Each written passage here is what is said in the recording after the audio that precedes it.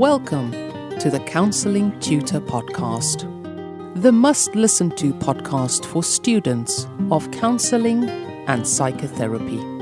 Here are your hosts, Rory Lees-Oakes and Ken Kelly.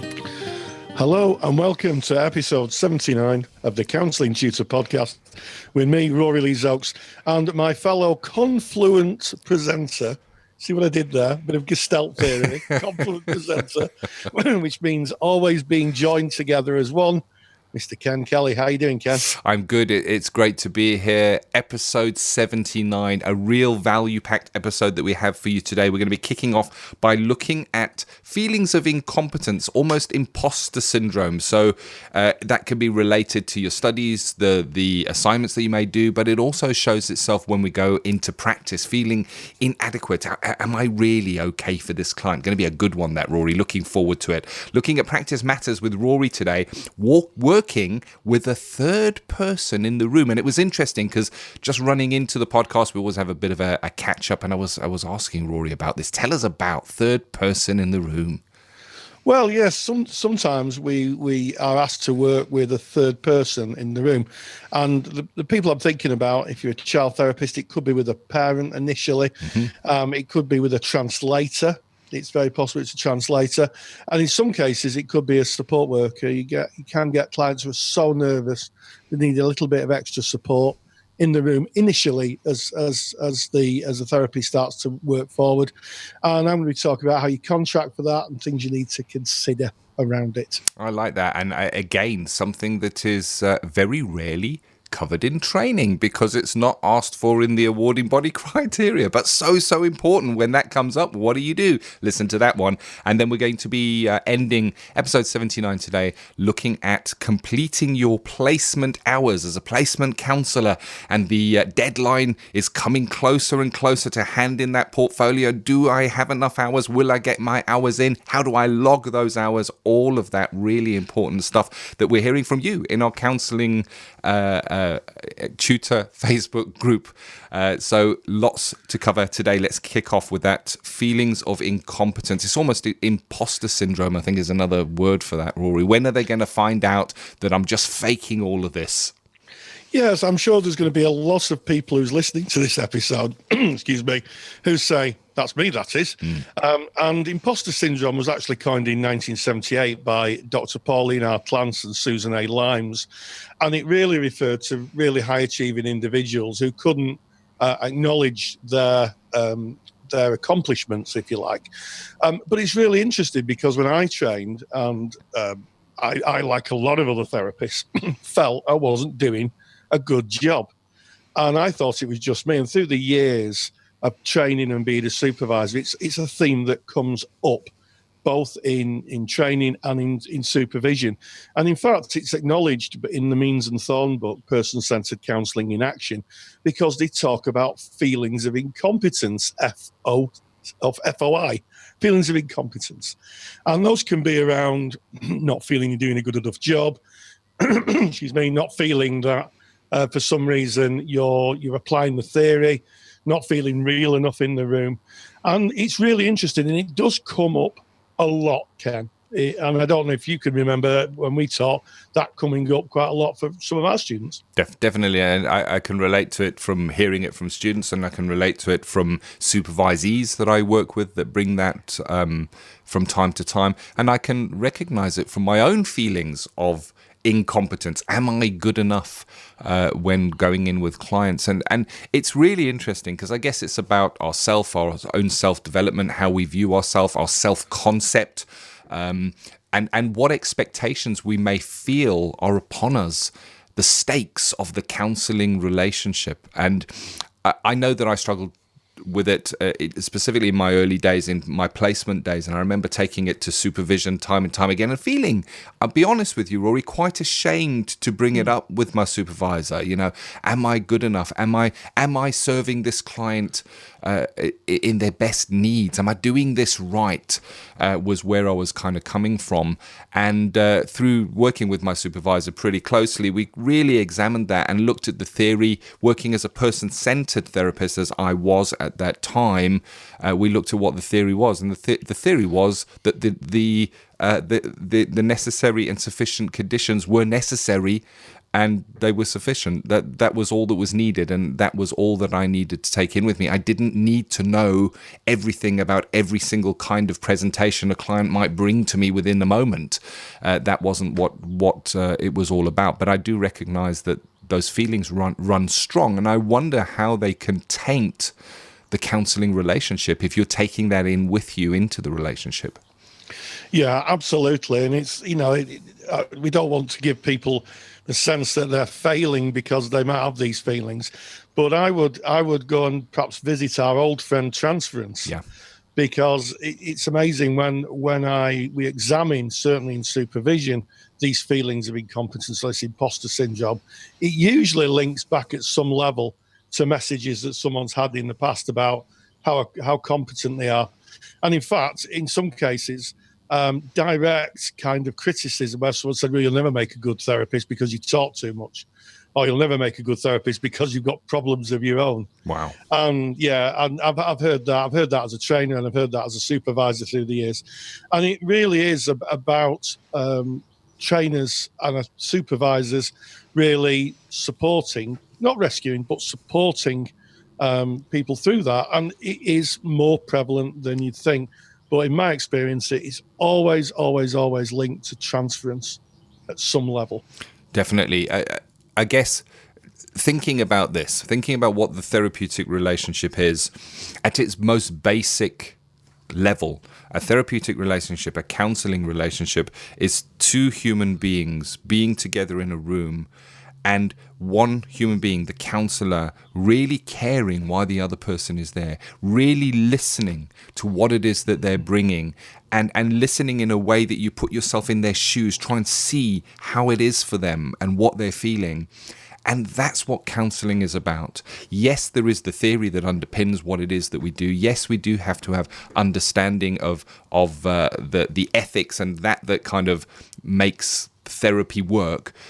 But at the end of the day, you're just taking in yourself, and it's about recognizing that you are good enough. And that is, I guess, the journey we take, that personal discovery journey, so vitally important as part of becoming a therapist, so that we can look at ourselves, see maybe the parts of ourselves that were unseen before, parts that need work, parts where we feel that need growth, but be accepting of that in the same way as we are accepting of our client. And I think if we just take our true selves in, that is more than good enough.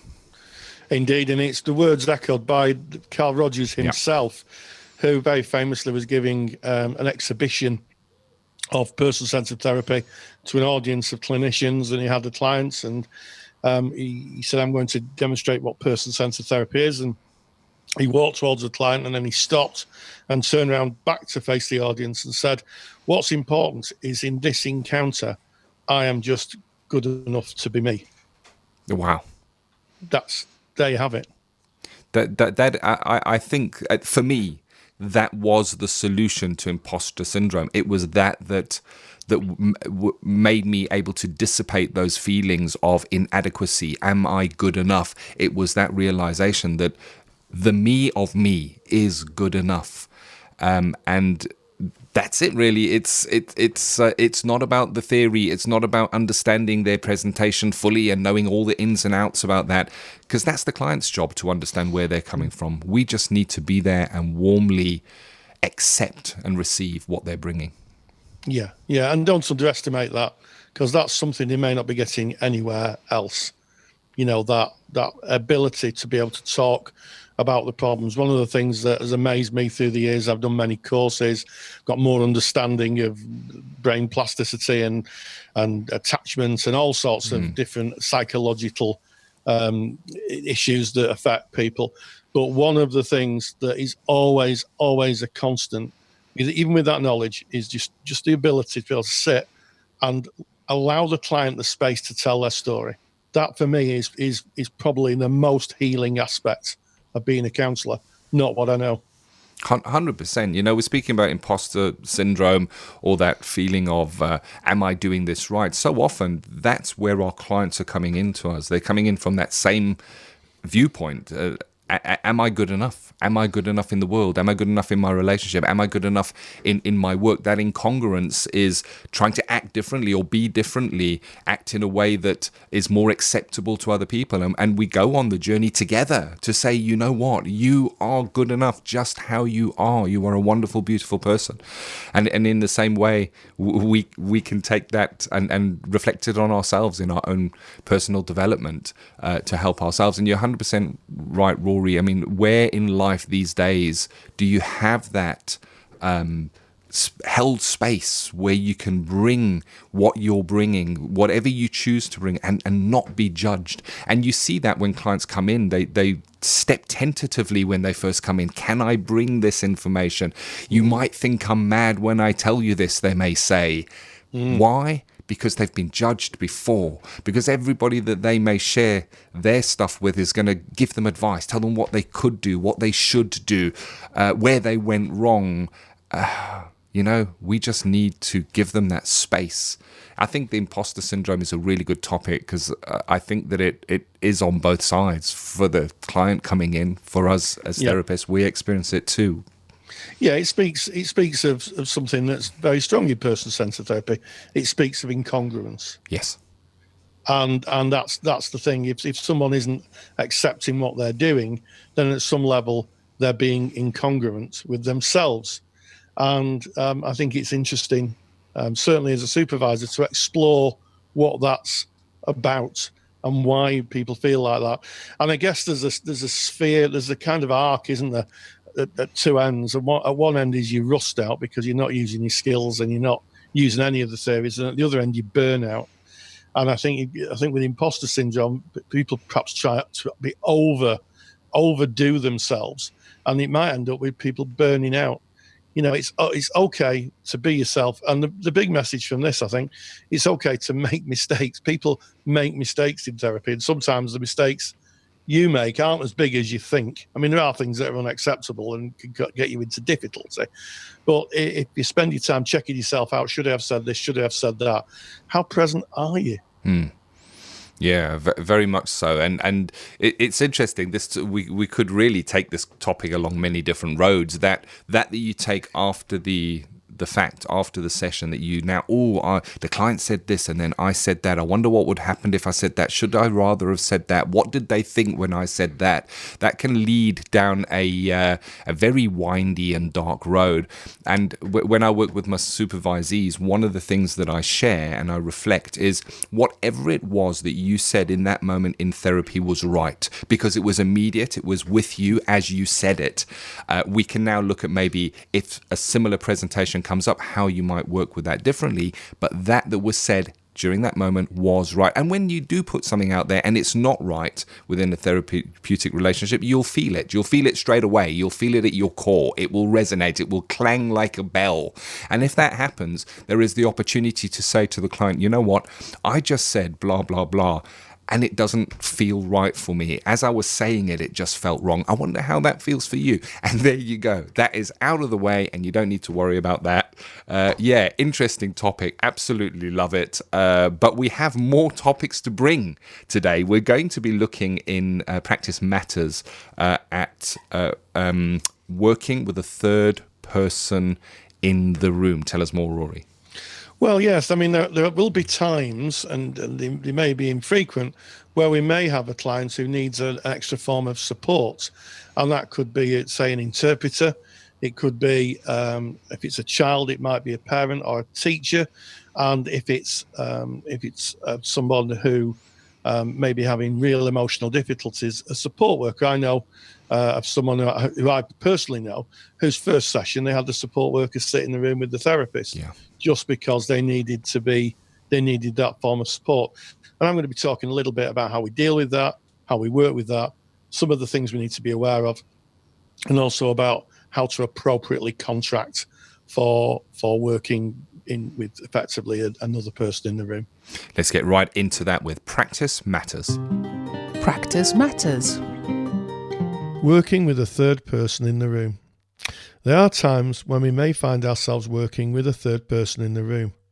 We may have a client who is not an English speaker, and unless you are bilingual, you may find yourself working with an interpreter.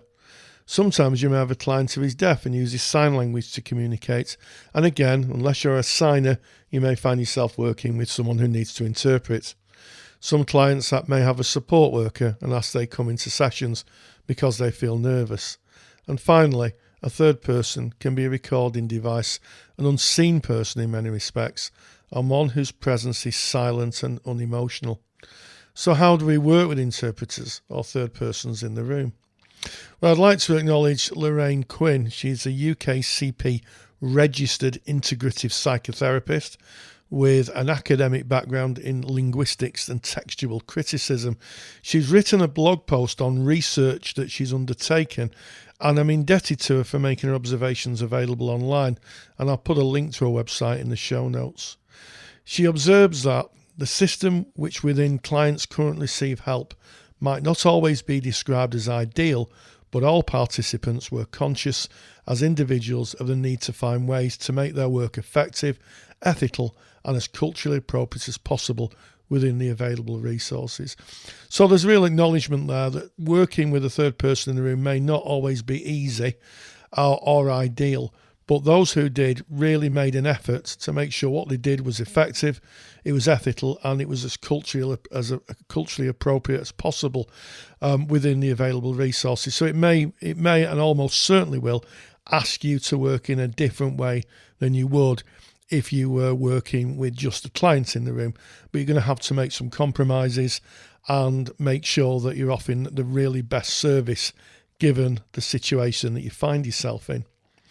There are some practical aspects of working with a third person in a room.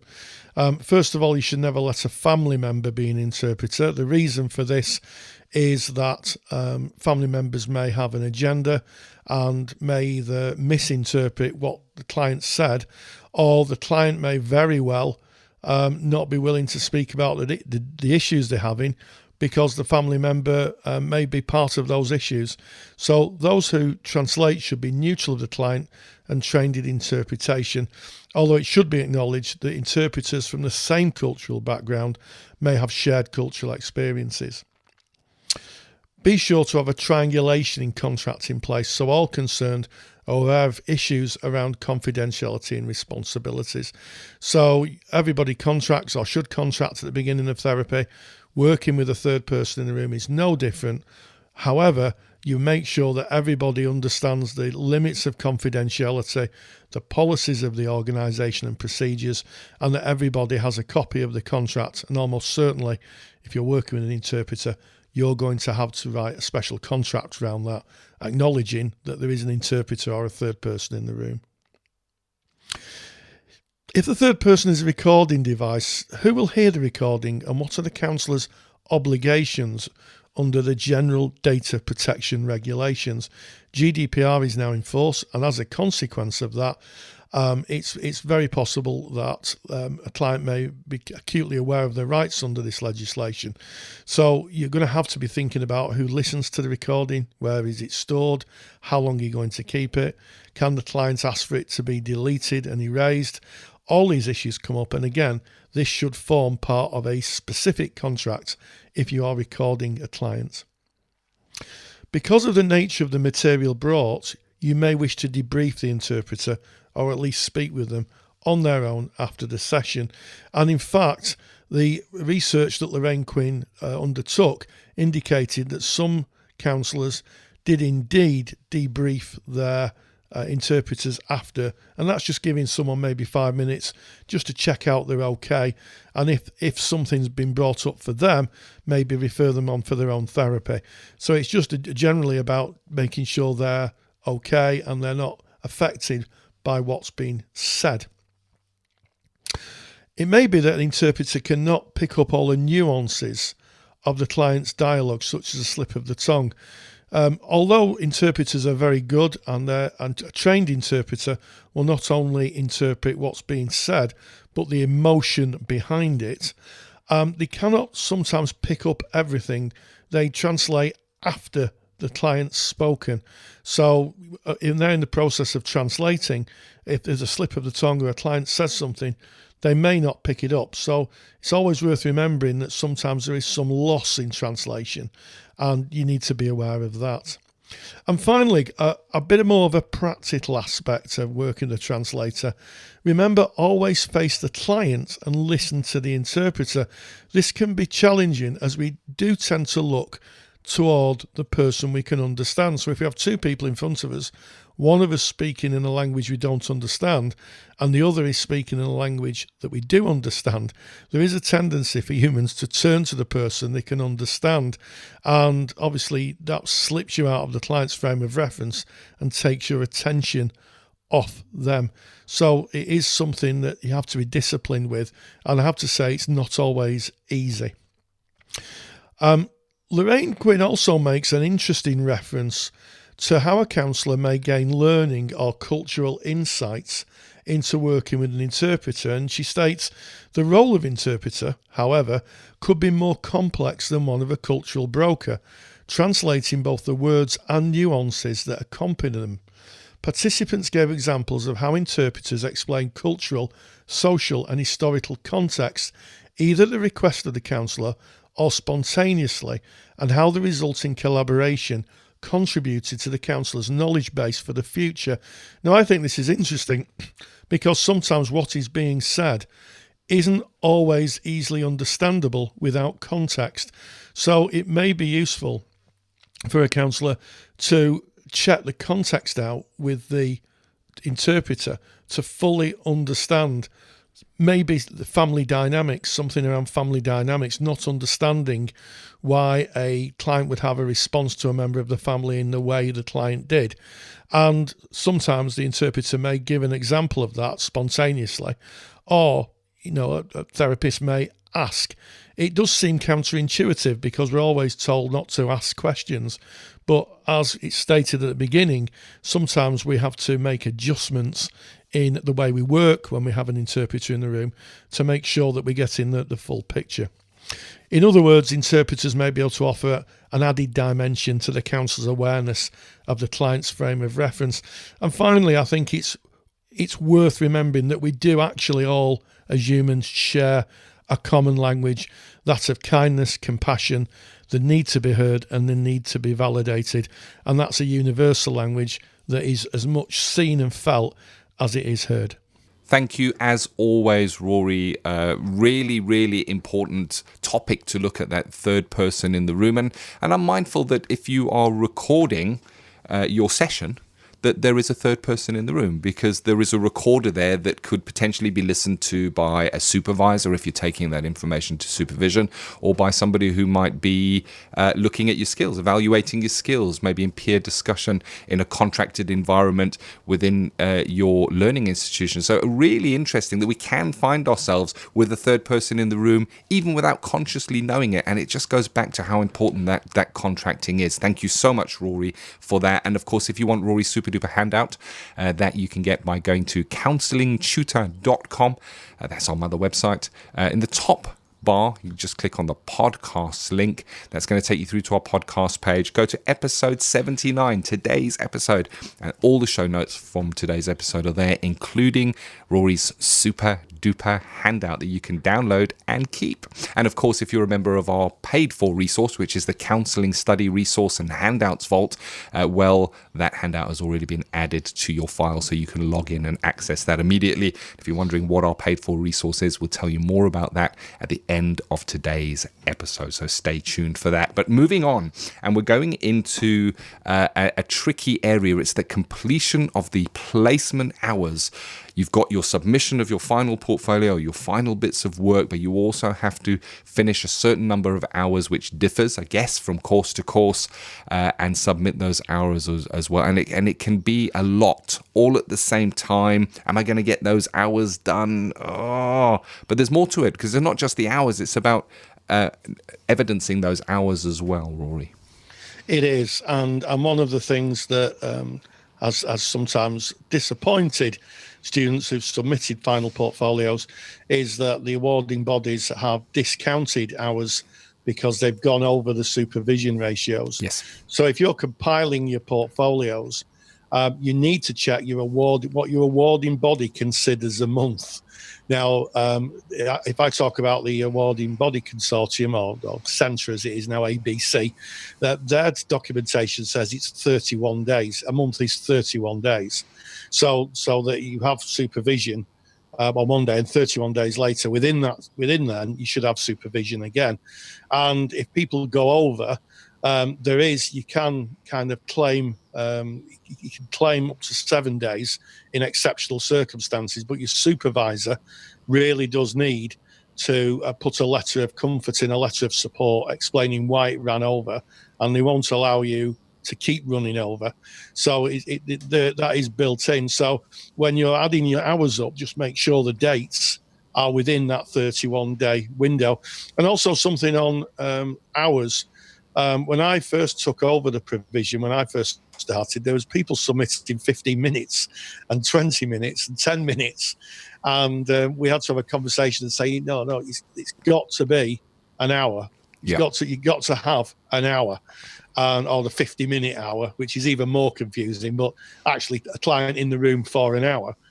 And interestingly, again, with some awarding bodies, if you're working with children, they will allow you to claim half an hour, but you have to make it clear. So my message to those of you who have completed your hours, you've got your logs, is make sure that paperwork is absolutely tip-top, absolutely really clear, that your hours are hours and that you're within those 31-day window. And if you're not, that you've got letters of explanation why, because there's nothing worse than getting your results to find out you've been referred because your logs are not complete.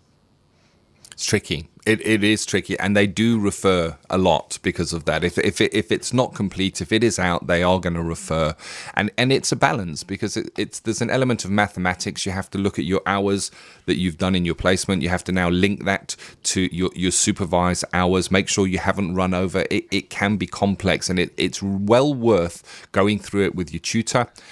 Going through it with your peers, doing a workshop in it in your learning institution, getting others to look over your hours for you. So easy to miscalculate it. Get others to look over it for you. So that's one element of that causes anxiety leading up to the submission of the portfolio. And another element that causes anxiety is, will I make my hours? I'm only on 40 hours. There are other people within my group, they're already on 90 hours. I'm not going to make it on time. What do we do, Rory? We don't panic. You think that my voice was definitely insinuating panic there? What do we do, Rory? I have to say there was a bit of transference there from all the students I've talked to in the past who've had that exact conversation. I have to say, that's exact pitch of voice that Ken used. And the thing is, most awarding bodies will allow you to go over the curriculum time. So the end dates on courses are usually quite long. So if you start a 2-year course, you can complete usually, and you'd have to check the specs within about 18 months after you've finished the course. But do check the specs. But sometimes the reality is you'll get to the end of your course and you'll be a few hours missing. Yeah. And it's just one of those things. We talked about last week. I talked about DNAs, about people not attending, and it does happen. And you just have to just take it as part of training to be a therapist. It's not particularly fair, but as I said last week, life's not fair. But also that feeling when you hit that 100-hour. I can remember the feeling for me, Ken, when the client went out and the client went out and we went out and I sat there in my therapy room going, yes, 100 hours, that's it. I've got across that particular finish line. It's a great thing, and we see lots of people celebrating the 100 hours in the Facebook group, because it is a big part of the journey. Of course it is. It is. It's exciting. And we're speaking about the not hitting the 100 hours, maybe being on 75 hours when all your peers are submitting their final portfolios with their hours. It's okay. You have the time. You can submit your portfolio in its completion when those hours are done. However, here's a tip. If you have hours outstanding, complete your portfolio anyway. In other words, do the written work. Don't be lulled into, tell you what I'm going to do. I'm going to, because I haven't done all my hours, I'm not going to do that section of my portfolio yet because I can't submit it anyway. Don't do that, because what tends to happen is you come to the end of your study journey, you have your final group meeting where the group disbands and you all say, oh, we'll catch up and we'll speak on Facebook and we'll keep in touch. And then you all go your separate ways, and suddenly there is no accountability. There's no class where you're being asked to show your work. There's no group dynamics to bounce yourself off. You're on your own, and it's so much more difficult to revisit that work and do that when you're on your own. So try and get your written work done in its entirety, and what if you have outstanding hours, and then just wait for your hours to come in, add that to your portfolio, hand that in with your tutor, and that can be submitted for you. Yeah, and we've talked a lot today about 100 hours. Yes. I'm aware that some courses have 120, 150, 200 hours. So, not all courses have the same amount of hours. But yeah, it is a milestone. It's one of those things when people hit them, and it's interesting. It's interesting you talk about motivation, because my experience has been that if people hit them prior to finishing the course, sometimes the motivation kind of flags a bit because they've thought that they've got across the finish line. Of course, it's not the finish line. It's part of the criteria. So yeah, and Ken is absolutely right. Make sure you do your portfolios when you're in college with your group, because as soon as that dissipates, it's very difficult to keep the motivation. Some people can, but it's all about motivation. It's a long slog. It is. One final point from my side on this is, if your awarding body is asking for 100 supervised hours to evidence your placement, submit 100 supervised hours. So if you've done 140 hours because you finished your 100 hours months before your peers, there is no merit, there's no reason for you to submit the additional hours. Submit the 100 hours that they ask for with the dates and the supervision. That's what they're asking for. Goes back to what Rory speaks about often. Answer the question they're asking. Where are your 100 hours? Here are my 100 hours. Not here are my 140 hours. Here are my 100 hours. Give them just what they need. Yeah, and one tip where people fall literally at the finish line is that they going to put the portfolio in, and eager to put the portfolio in. In that month, they've done 3 hours and they've got the 100 hours, but they've not been to supervision. Oh, yeah. And the awarding body have a huge red pen. They don't have a red pen. But what they do is they strike those 3 hours off because they're not supervised. It's all about the criteria. They're supervised hours. You cannot just add 3 hours at the end and then, I'll go for supervision after the portfolio submitted. No. You need to have them supervised. Every hour needs to be signed off and supervised. Yeah, the criteria is that strict. If you have 99 supervised hours and one that is not, they will refer that portfolio.